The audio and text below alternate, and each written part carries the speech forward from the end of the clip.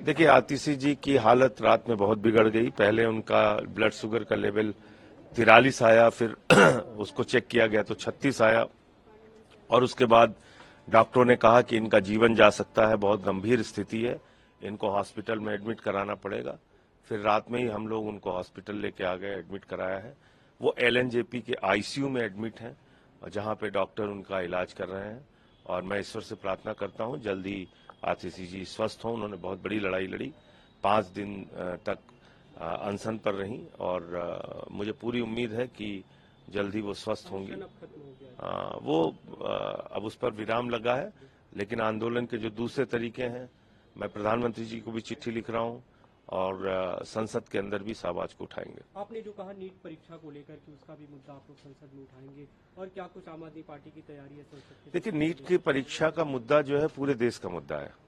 आज अगर 24 लाख बच्चों की जिंदगी बर्बाद हुई है नीट का एग्जाम रद्द होने के पेपर लीक होने के कारण, तो अब सरकार को ये एग्जाम भी रद्द करना चाहिए, री एग्जाम कराना चाहिए। आप देश में कितने उम्मीदों से माँ बाप अपना पेट काट के पढ़ाते हैं बच्चों को, और वो एग्जाम देते हैं, मेहनत करते हैं, कोचिंग करते हैं, पढ़ाई करते हैं दिन रात, उसके बाद उनका पेपर लीक हो जाता है, तो ये ठीक नहीं है। स्पीकर को लेकर कंसेंसस की बात की, टीडीपी जेडीयू को चिताया। आपको लगता है कि अगर बीजेपी का स्पीकर बना तो उनके लिए गड़बड़ होगी, आपके लिए भी गड़बड़ी होगी? ये तो इतिहास की बातें हैं, मैं अलग से थोड़ी कुछ कह रहा हूं। पिछले 10 सालों में 7-8 सरकारें तोड़ फोड़ करके बीजेपी ने अलग अलग राज्यों में बनाई है। ये सर्वविदित सत्य है, किसी से छिपा नहीं है। टीडीपी पार्टी खुद को राज्यसभा में उनके 4 सांसद तोड़ के अलग बीजेपी में उन्होंने शामिल कर लिए थे। क्या यह किसी से छिपी हुई बात है? नहीं, बिल्कुल खुली हुई बात है।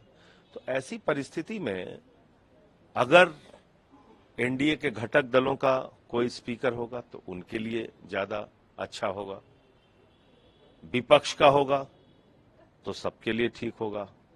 हम कोई तोड़फोड़ करने वाले लोग हैं नहीं, तो इसलिए मुझे लगता है कि और आपने देखा 150 सांसद भारतीय संसदीय इतिहास में पहली बार राज्यसभा लोकसभा मिला के सस्पेंड हुए थे, तो ये कोई सामान्य घटना नहीं। ओम बिरला की खबर आ रही है कि उन्हें बनाया जा सकता है स्पीकर। देखते हैं, अभी तो मैं यहाँ पे था प्रेस कॉन्फ्रेंस। एक आखिरी सवाल है, अभी प्रधानमंत्री का एक बयान है आपातकाल को लेकर, आपातकाल शायद बरती है, उन्होंने कांग्रेस पार्टी से सवाल खड़े किए कि वो काला अध्याय एक और। ये 10 साल में क्या हुआ?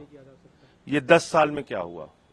दिल्ली के मुख्यमंत्री अरविंद केजरीवाल को जेल में डालना, दिल्ली के शिक्षा मंत्री मनीष सिसोदिया को जेल में डालना, दिल्ली के स्वास्थ्य मंत्री सत्येंद्र जैन को जेल में डालना, मुझे पकड़ के 6 महीने जेल में डालना, झारखंड के मुख्यमंत्री को पकड़ के जेल में डालना, ममता बनर्जी के मंत्रियों को पकड़ के जेल में डालना, संजय रावत जी को पकड़ के जेल में डालना, अनिल देशमुख को पकड़ के जेल। ये देश भर में जितने भी लोगों को पकड़ पकड़ के जेल में डाल दिया गया, ये क्या है? आप मुझे बताइए। आप देखिए ना, अभी आपातकाल की बात हमारे प्रधानमंत्री जी कर रहे हैं, लोकतंत्र का कैसा माहौल उड़ाया गया 10 साल के अंदर। चुनी हुई सरकारें अलग अलग राज्यों में गिराई गई। महाराष्ट्र के अंदर लोकतंत्र की हत्या करके सरकार गिराई गई, विधायकों को तोड़फोड़ करके। वही काम कर्नाटक में हुआ, वही काम अरुणाचल में हुआ, वही काम उत्तराखंड में हुआ, वही काम मध्य प्रदेश में हुआ। कितनी बातें बताएं आपातकाल की?